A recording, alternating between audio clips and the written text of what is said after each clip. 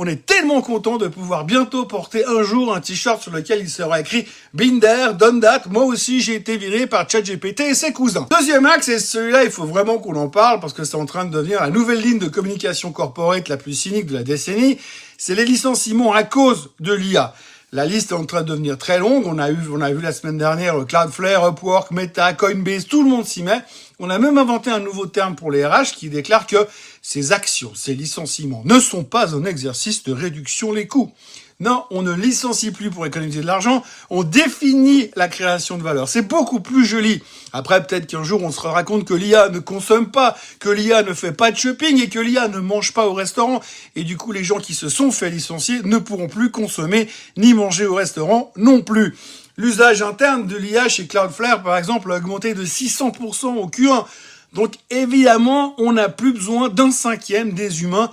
Et c'est que le début. Tous, absolument tous, sont en train de sortir la même musique. C'est plus un plan social, c'est une transformation agentique. Les RH du monde entier viennent de trouver leur excuse pour les 10 prochaines années.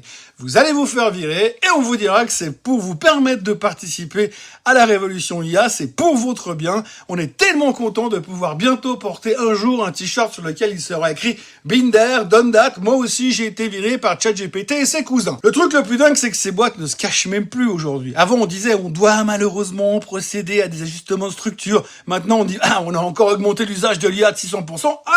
1000 personnes dehors. C'est limpide, c'est honnête et c'est terrifiant.